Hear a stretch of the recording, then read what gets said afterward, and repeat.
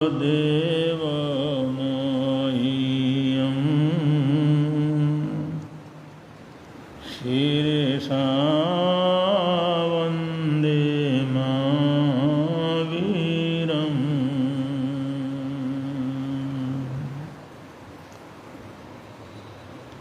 त्रिभुवनपीडा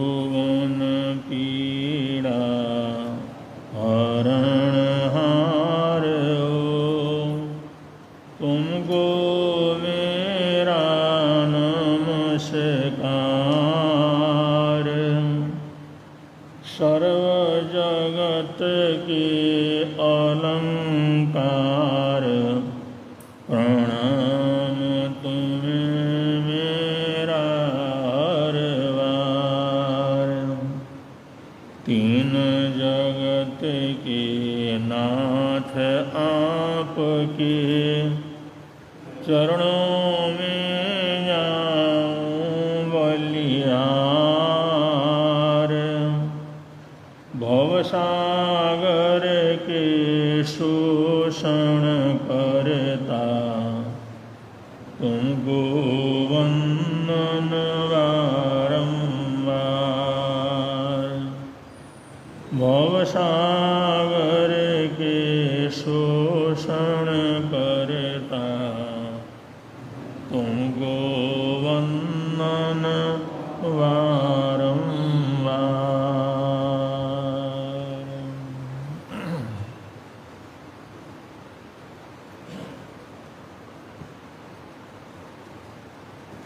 हम देखते हैं और इस जीवनी में अनुभव करते हैं कि बहुत से साधक, बहुत से श्रावक श्राविकाएं, बहुत से साधु साध्वियों में विशेष रूप से क्रिया रुचि रहती है। ये शास्त्रकारों ने सम्यक दर्शन की तरफ आगे बढ़ने का 8वां मार्ग बतलाया है, क्रिया रुचि। क्रिया का मतलब है जिन महाव्रतों को हमने धारण किया है,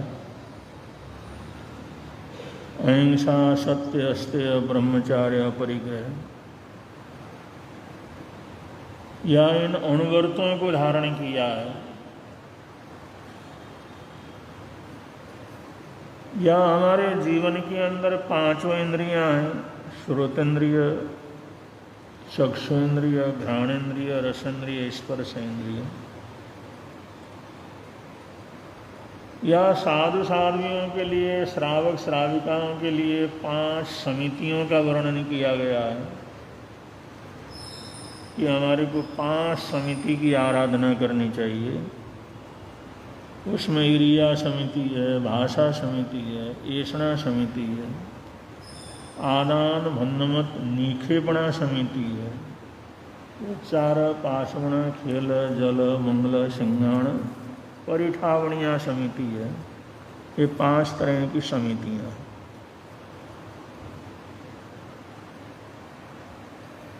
तो इनमें जिनको बहुत रुचि रहती है, तो ये कठोर प्रकार से, बड़ी दृढ़ता से इसको पालन करने का भाव रखते हैं। या इसी में जिनको आनंद की प्राप्ति होती, या ऐसा देख करके मन के अंदर सद्विचार आते हैं, ये सब क्रिया रुचि के अंतर्गत आता है। तो बहुत बार श्रावकों की क्रियाओं को देख करके समाज के अंदर नया सोच पैदा होता है। देखो, ये जैन श्रावक है, दुकानदार है, व्यापारी है, लेकिन इसमें कितना विवेक है, कितनी करुणा, कितना विवेक से कोई काम करता है। ऐसे भी तो जिया जा सकता है। देखो इतनी संपदा है लेकिन इसके जीवन में कितनी सादगी है। इसके महलात हैं, दुकान है, शोरूम है, सैकड़ों लोग इसके नीचे काम करते हैं, लेकिन इसमें जरा सा भी अभिमान नहीं। इतना पसारा फैला हुआ है, इतना धंधा है, लेकिन सामायिक करे बगैर ये मुंह में पानी नहीं डालता। ये क्या है? ये क्रिया है, श्रावक की क्रिया। तो उन श्रावक के जीवन को, श्रावक के जीवन की क्रियाओं को देख करके किसी के मन के अंदर धर्म के प्रति रुचि पैदा होती है।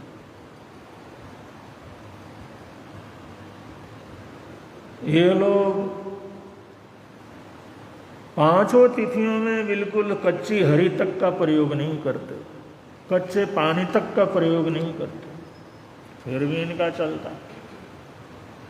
इनके पास इतना साधन है लेकिन फिर भी इतना सादगीपूर्ण जीवन जीते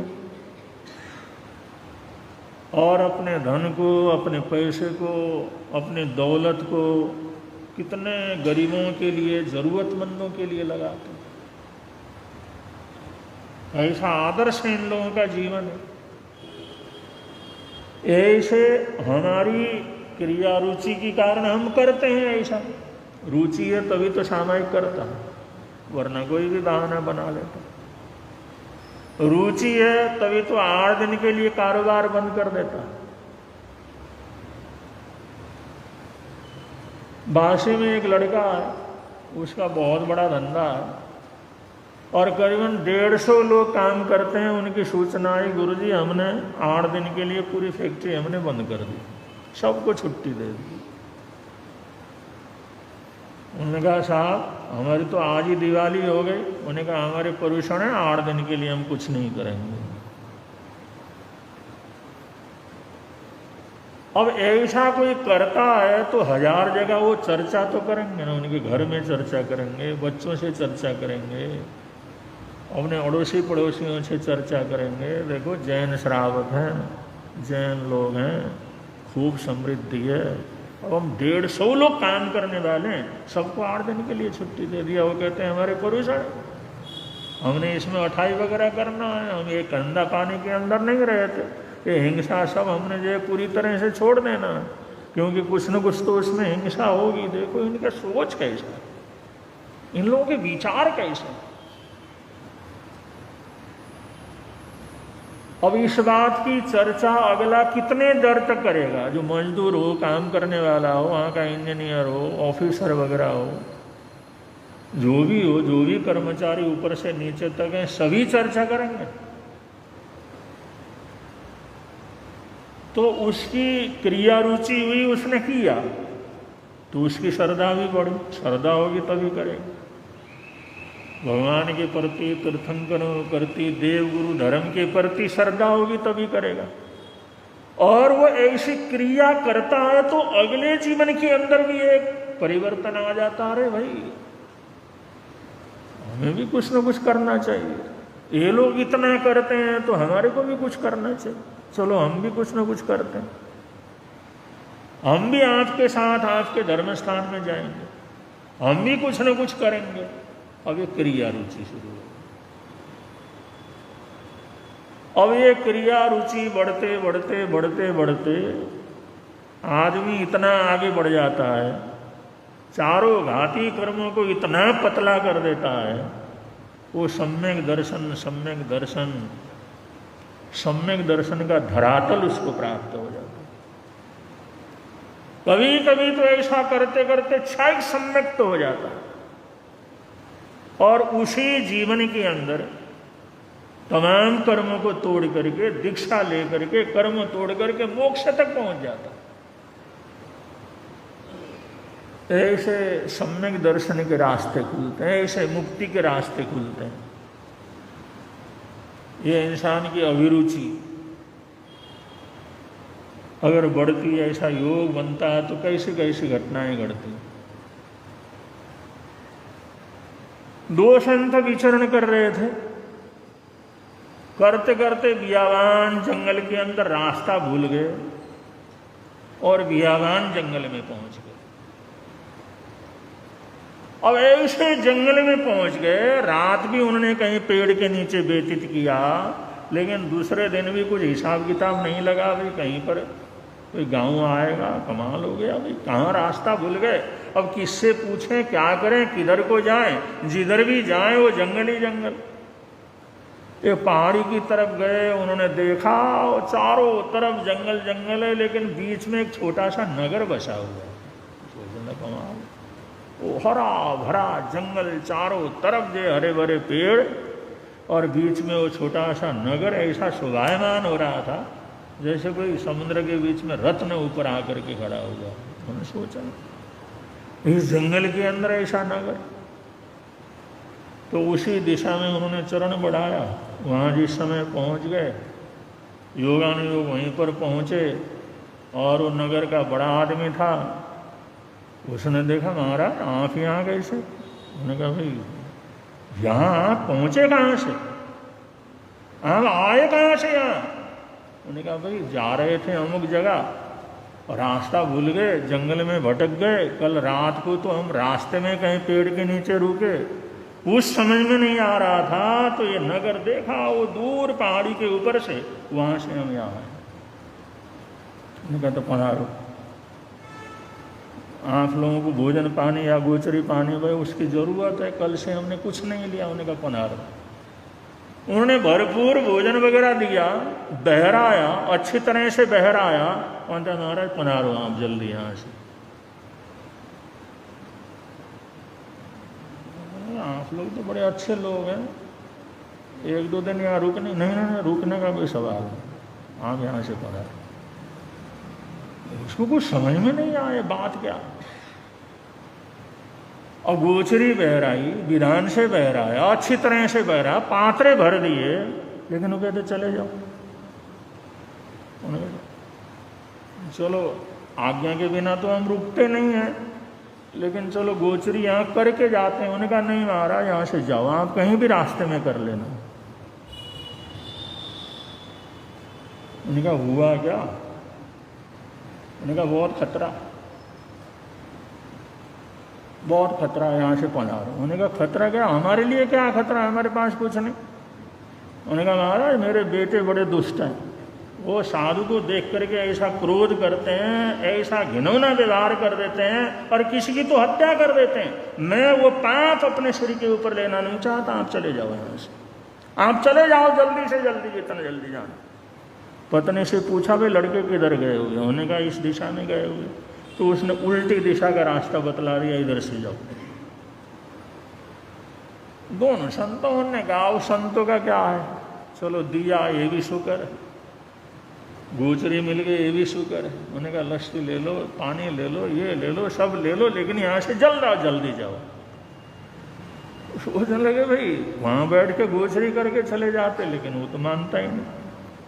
अब जिस समय सोच रहे थे वे कहीं न कहीं बैठ के गोचरी कर लें, गोचरी कर लें, आगे जाते जाते काफ़ी आगे चले गए जंगल में। अब कहाँ कहीं पेड़ है, कहीं पौधा है, कहीं जीव जंतु है, कहीं हरियाली है, कहाँ बैठ के करें। अब चले जाते रहे, कहीं कोई फांसुक जगह मिले तो कर लें। उधर से वो दोनों लड़के आ रहे थे, जिस समय दूर से देखा तो एकदम भयभीत हो गए, डर गए। उन्होंने एक दूसरे को कहा देख सामने, वो भागे वहां से।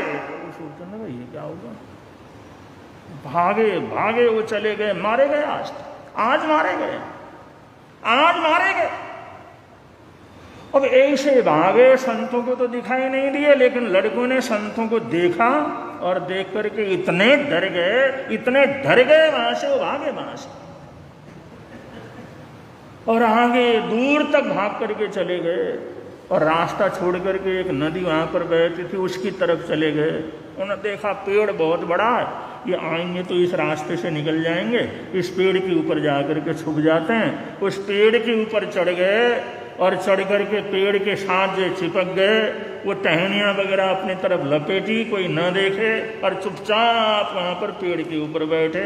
और ये संत धीरे धीरे अब जाते जाते जाते कहीं गोचरी पानी करने की जगह नहीं मिली उनको। ऐसा हो जाता है। हम विचरण करते हैं तो आजकल भी हो जाता है। खेतों में देखते हैं उधर हरियाली है, उधर हरियाली है, उधर कुछ है, उधर अनाज वगैरह, कहाँ बैठ के करें? या थोड़ा बरसात वगैरह होता है, उधर भी गीला है, उधर भी गीला है, उधर भी गीला है, कहाँ बैठ के करें? रास्ते में बड़ी परेशानी हो जाती है। अब जिस समय गए तो उन्होंने देखा अरे नदी बह रही, इसके सामने रेत वगैरह पड़ा हुआ, चलो ये ठीक जगह है, ये रेत है, रेत में बैठ के कर लेते हैं।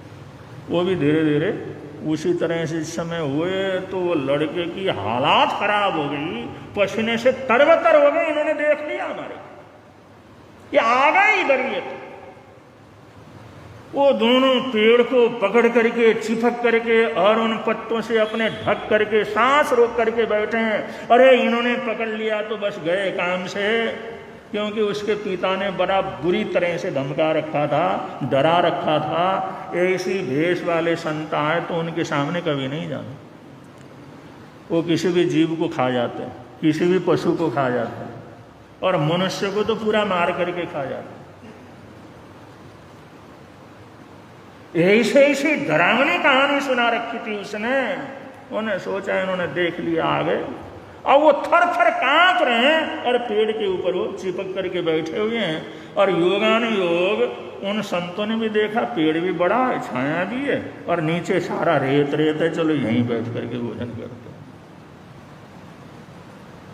और ऊपर बैठे हुए हैं, वो कहते हे भगवान बस आज बच गए तो बच गए, वरना आज तो बचना बड़ा मुश्किल का काम है। ये तो आ गए यहीं पर, उसी पेड़ के नीचे आ गए। तो उन्होंने अपना पात्र रख दिया एक तरफ, एक पत्थर सा था उसके ऊपर पात्र रख दिया। फिर अपने ऊपर के कपड़े वगैरह, जैसे गर्मी लग रही थी, पसीना थी, वो उठाया और उसको देखा, और ये उसके ऊपर कीड़ा घूम रहा था तो उसको पूजनी ले करके थोड़ा सा उसको हिला करके एक तरफ ले जा करके रखा। फिर उसको जो उनको तय लगा करके वहाँ पर कपड़े रखे।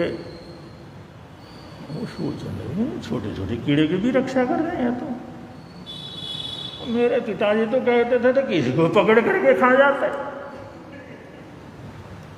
और वो रखने के बाद उन्होंने फिर चारों तरफ वहाँ घूम करके देखा। देखने के बाद फिर पूंजने से थोड़ा हिलाया डुलाया, और कोई जीव जंतु हो तो उसको धीरे से करके उधर रखा, और ऐसे करके साफ सुथरा पूरी तरह से, जैसे क्रिया समिति कहते हैं इसको, जो भी काम करना है देख करके करना। कपड़ा रखना हो तो भी देख करके करना, कपड़ा पहनना हो तो भी देख करके पहनना, अगर कोई चीज़ रखना हो तो भी जो है पूजने से औगे से साफ करके रखना। इसको कहते हैं क्रिया समिति। जो कुछ भी करें हम देख करके करें। अब जिस समय थोड़ी देर सुस्ताए, उन्होंने कहा भाई कोई ऐसे क्रोधी तो लगते नहीं, ऐसे भयंकर तो लगते नहीं, ऐसे लुटेरे और मांसाहारी तो लगते नहीं है, सरल सीधा सा इनका जीवन लगता है। और फिर उन्होंने एक कपड़ा निकाला, वो कपड़ा वहाँ पर बिछाया, उसको मांडला कहते हैं।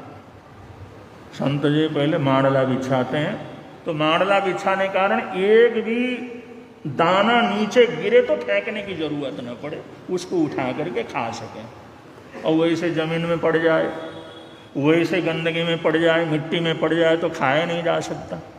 तो इसलिए मांडला बिछाते हैं। मांडला बिछा लिया, एक कपड़ा रहता है उसको मांडला कहते हैं, उसको बिछा लेते हैं, और दो चार संत जो भी हैं आसपास बैठते हैं, उस मांडले के ऊपर उस भोजन को, पात्रों को रखते हैं, जिससे वहाँ देते समय या लेते समय या खाते समय जो भी गिरे तो उस कपड़े के ऊपर गिरे, जिससे एक भी दाना हमारा व्यर्थ न जाए। क्योंकि हमने गोचरी करके लाया है, इतना मेहनत करके लाई है, गोचरी किया हुआ है, उसको व्यर्थ न जाए, इसलिए जो है उस तरह से। तो मांडला बिछाया, और मांडला बिछा करके उन्होंने पात्रे को खोला। अब देखा तो उसके अंदर, वो पिताजी कहते थे उसके अंदर रस्सी रखे हुए रहते हैं, चाकू रखे हुए रहते हैं, इंजेक्शन रखे हुए रहते हैं, ऐसे ऐसे हथियार रहते हैं। हथियार तो इसके अंदर कुछ है नहीं भैया। तो उनका डर धीरे धीरे धीरे धीरे खत्म हो गया। उन्होंने कहा ये क्या मारेंगे, तो छोटे छोटे जीव जंतुओं को नहीं मारते। और वो कहते थे रस्सियां, तो रस्सी भी नहीं है, चाकू भी नहीं है, इंजेक्शन भी नहीं है, कोई मारने की काटने की जगह कुछ भी नहीं है। इसके अंदर तो भोजन पानी है, इसके अंदर तो अच्छे घर का भोजन पानी रखा हुआ है। अब जिस समय उतने देर को जैसे चिड़ियाँ वगैरह आ गई, जैसे कोई जीव जंतु आ जाते हैं। आजकल हमारे कमरों में चूहे बहुत भूगे हैं, जैसे गोचरी करने बैठते हैं तो चूहों की लाइन लग जाती। अब ये पता नहीं किधर से आ जाते हैं, वो छोटे छोटे चूहे इधर से उधर भागना शुरू करते हैं, उछल कूद में। वो हमारे को बाद में पता लगता है गोचरी आ गई, उनको जल्दी पता लग जाता। वो गोचरी का पात्रा रखते ही चूहे घूमना शुरू कर देते हैं अंदर। ऊपर भी हैं, नीचे भी हैं, चूहों की बहार है आजकल। पहले तो नहीं थे, आजकल बहुत है। और वो जीव जंतु छोटा सा इधर आए तो उन्होंने थोड़ा सा उसको टुकड़ा करके उनको दे दिया। चिड़िया चहचहाने लगी तो थोड़े से टुकड़े उसकी तरफ फेंक दिए। कुछ कीड़ियाँ आई तो उन्होंने जो पूजनी से कीड़ी को उठाया और उधर ले जा करके झाड़ा, और वहाँ पर कीड़ी का बिल थी तो थोड़ा सा वहाँ पर ले जा कर वहीं डाला, भाई यहीं तुम खा लो।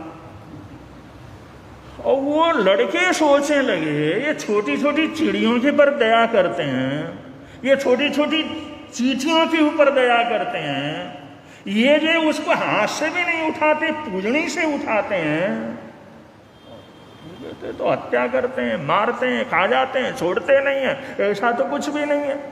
ऐसा तो इनकी तो बहुत अच्छी प्रवृत्ति है, बड़ी दया है। इस क्रिया को देखते देखते देखते देखते वो देखने लगे कमाल है, इतनी सादगी और इतना जो कोई दुनिया जानती नहीं। मेरे पिता ऐसी ऐसी बात करते थे, लेकिन इनका तो जीवन ही इतना अच्छा है। वो देखते देखते देखते देखते ध्यान से देखते देखते उनको इतनी खुशी, इतनी प्रसन्नता होती चली गई, इतनी प्रसन्नता होती गई। उनको ऊपर पेड़ के ऊपर बैठे बैठे वो दोनों को जाति स्मरण ज्ञान हो गया। इसको कहते हैं क्रिया रुचि। उनकी एक एक हरकत को इस तरह से देख रहे थे, उन संतों के उठना, उनका बैठना, उनका बोलना। जैसे बोलते हैं तो मुंह के ऊपर हाथ रख करके बोल रही हैं। कोई भी जीव जंतु आता है तो कितने विवेक से उसको इधर उधर कर रही हैं। खा रहे हैं तो भी बड़ी शांति से खा रहे हैं, और खाने से पहले उन्होंने हाथ जोड़ा, पाठ पूजा की और ये मंत्र जाप किया, भगवान की तरफ दे करके उन्होंने धन्यवाद प्रस्तुत किया। एक एक क्रिया को देख रहे थे। उस क्रिया को देखते देखते, उस प्रवृत्ति को देखते देखते देखते इतने तल्लीन हो गए, इतने तल्लीन हो गए, उन दोनों कुमारों को जाति स्मरण ज्ञान हो गया। जिन लोगों के मन में साधुओं के प्रति ऐसी दुर्भावना थी, देखते ही वहां से भागे थे, डर के मारे कांप रहे थे। वो सोचते थे हत्यारे हैं, ये तो सबको मारने वाले हैं, जैसी उनकी शिक्षा मिली थी।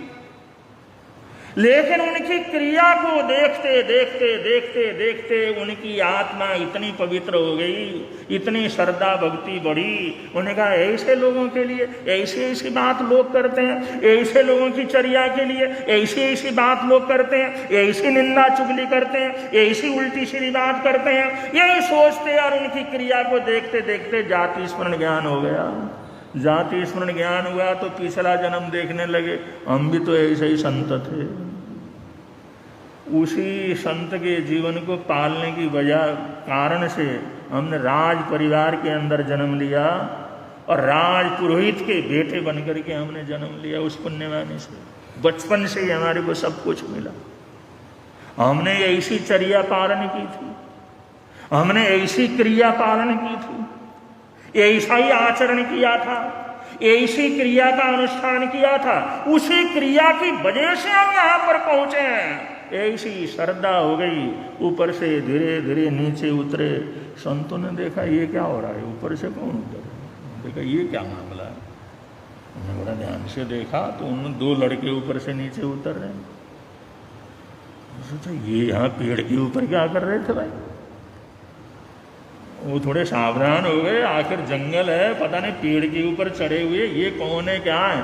जिस समय नीचे उतरे, उतरते ही उन्होंने जो वंदना की, जो नमस्कार किया और जो उन्होंने पाठ बोला, वो सोचने लगे बेटा तुम पेड़ के ऊपर क्या कर रहे थे, पेड़ के ऊपर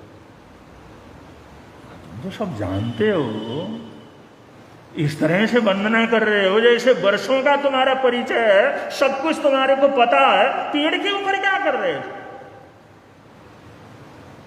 उन्होंने सारी राम कहानी बतला दी। हमारे पिता ने आंख के प्रति बहुत उल्टी सुलटे पाठ पढ़ा रखे थे, हम डर गए थे। उनको डर था कहीं हम लोग किसी संत के संपर्क में आकर के शिष्य न बन जाए, साधु न बन जाए, इसलिए उन्होंने उल्टे सीधे पाठ पढ़ाए। इस जंगल के अंदर ला करके नगर बसाया। यहाँ कोई धर्म ध्यान करने का किसी को रास्ता नहीं दिया। और आपको देख करके डर गए थे, लेकिन आपकी सारी क्रिया को देखते देखते हमारी तो आत्मा प्रसन्न हो गई। बस अब तो आपके चरणों में जीवन समर्पित है। वो संतों को तब पता लगा भाई उस आदमी ने हमारे को ऐसा भगाया क्यों। वो कहता मेरे लड़के तो राक्षस हैं, वो तो दुष्ट हैं, वो तो इतना गुस्सा करते हैं, साधु संत को मारते पीटते हैं और काट खा देते हैं, उनका खून कर देते हैं। देखा ये बच्चे खून करेंगे।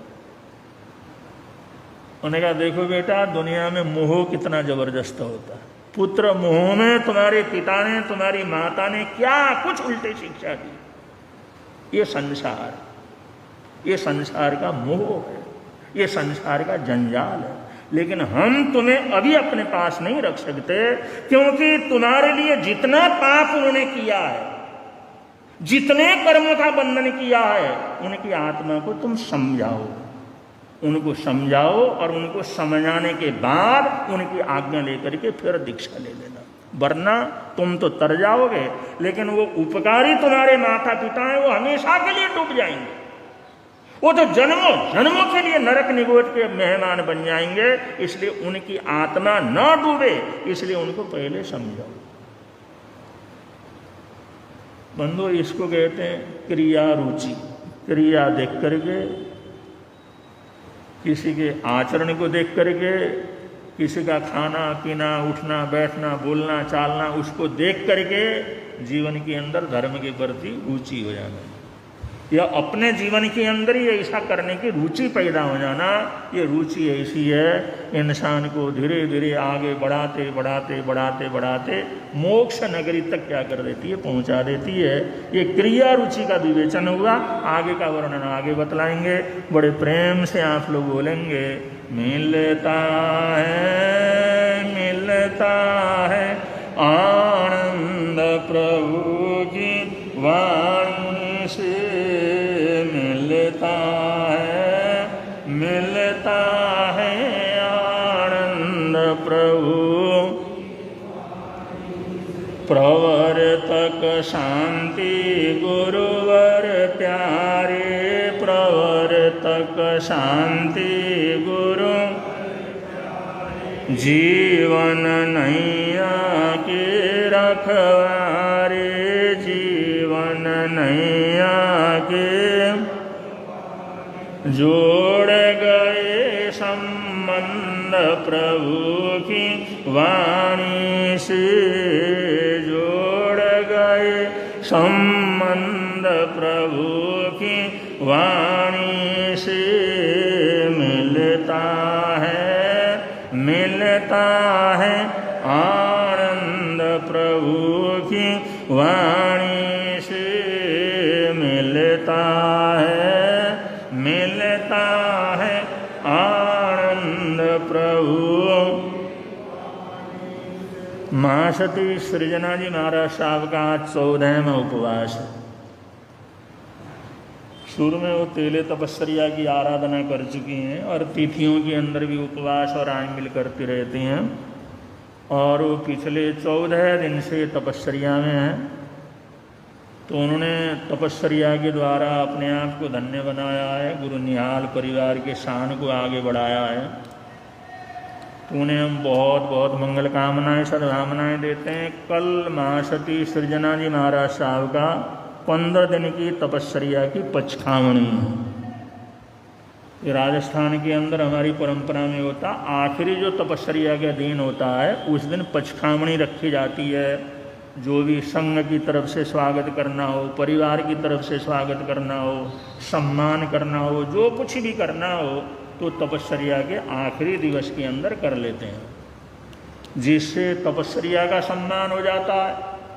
और उसके बाद दूसरे दिन उनका पारना रहता है।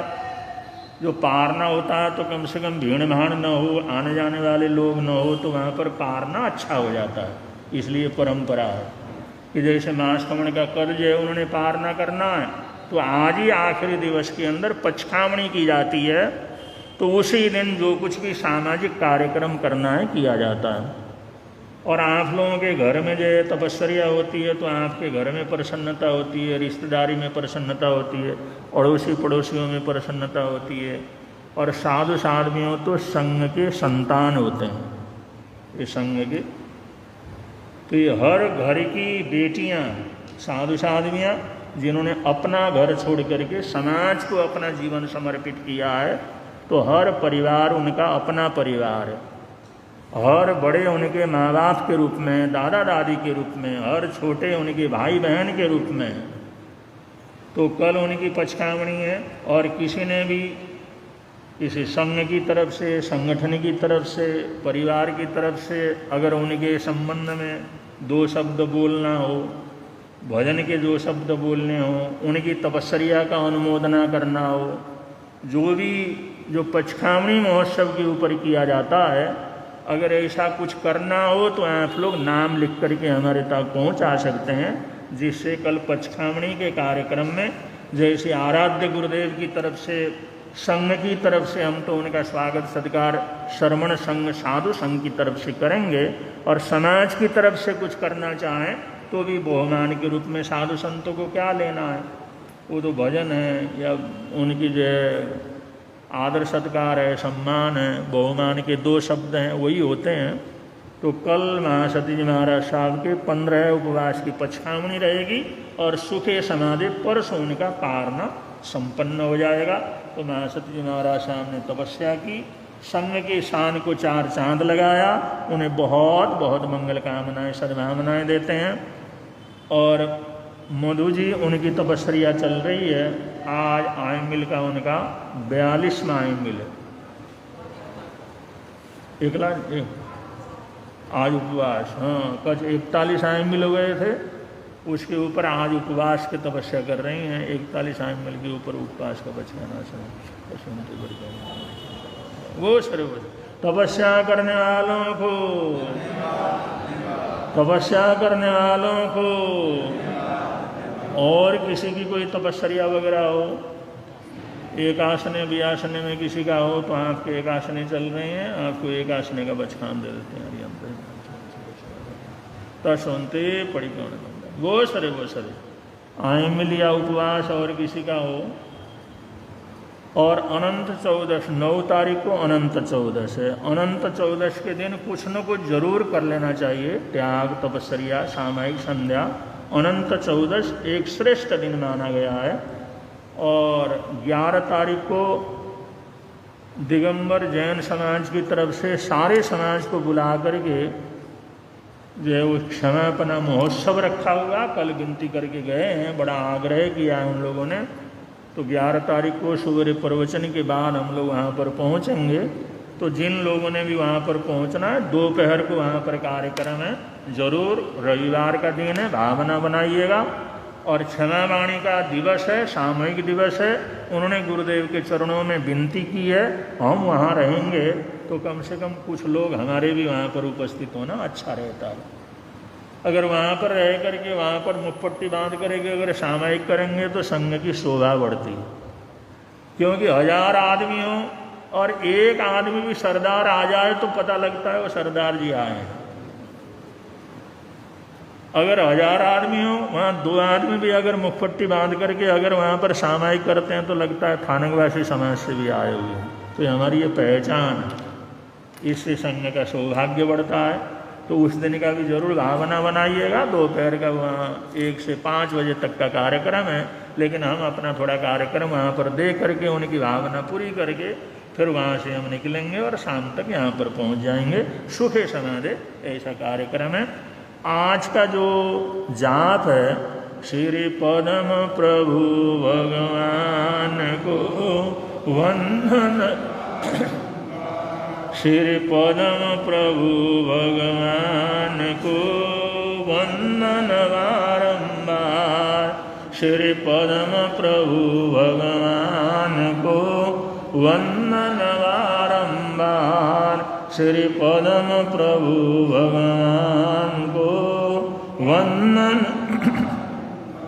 आज बेंगलोर से किरण जी आए हुए हैं और वो शुरू से ही गुरुदेव के प्रति अटूट श्रद्धा सद्भावना रखते रहे हैं और जयंतीलाल जी महाराज साहब के वो बचपन के ही दोस्त हैं और उन्हें खूब धर्म के अंदर लाभ लिया। किरण जी अपने परिवार सहित यहाँ पर आए हुए हैं, उन्हें भी बहुत बहुत मंगल कामनाएं, बहुत बहुत सद्भावनाएं देते हैं। अब संघ की तरफ से सूचनाएं हैं और सूचनाओं के बाद मंगल पाठ होगा।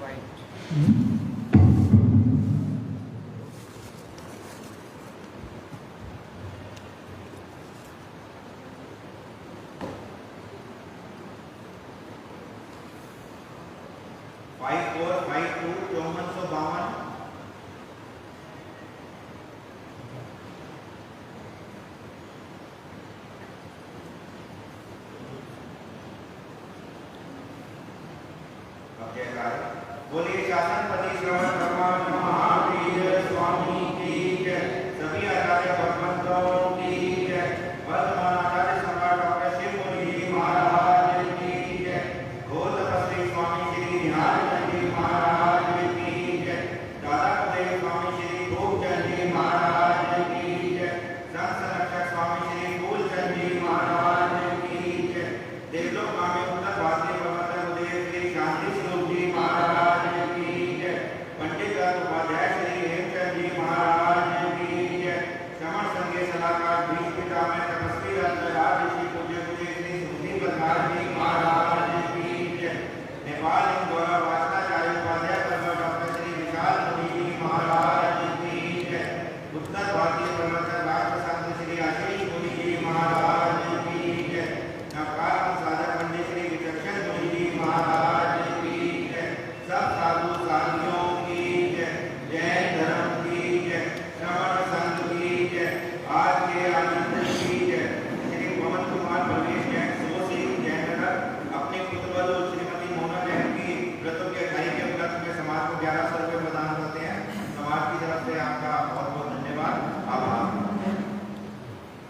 हाँ, अभी चतुर्मास कल्प चल रहा है और चतुर्मास कल्प में साधु साध्वियाँ हम लोग किसी भी श्रावक श्राविकाओं से कपड़ा नहीं लेते, चादर वगैरह नहीं लेते, दूशाला वगैरह नहीं लेते। बाई द वे आप लोग कहीं कल लेकर के आए और उस समय मना कर दें तो अच्छा ना लगे। वैसे साधु साध्वियों को पुस्तकें दे सकते हैं, कापी दे सकते हैं, पेन पेंसिल दे सकते हैं, लिखने पढ़ने की चीज़ें दे सकते हैं, वो भेंट कर सकते हैं। अगर चादर ही उड़ाने की किसी की भावना हो तो हमारे मुनि जी के पास से ले जा करके फिर उड़ा देना हो सकता है। वरना चतुर्मास में हम आप लोगों से चतुर्मास में कपड़ा वगैरह लेते नहीं हैं, इस बात का सब लोगों ने ध्यान रखना, क्योंकि उस समय मना कर देते हैं तो थोड़ा अच्छा नहीं लगता, इसलिए पहले सूचना दे दी।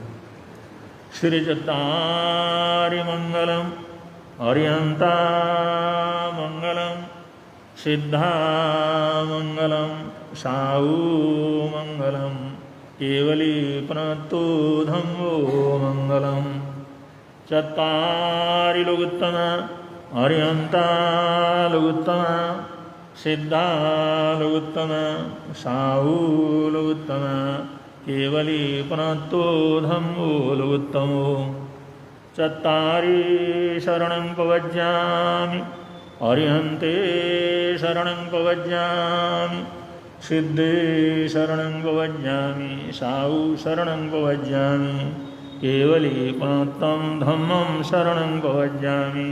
ये चार शरण दुख हरण जगत में और न शरण कोई होगा। जो अब प्राणी करे आराधन उसका अजर अमर पद होगा, उसका सदा हिम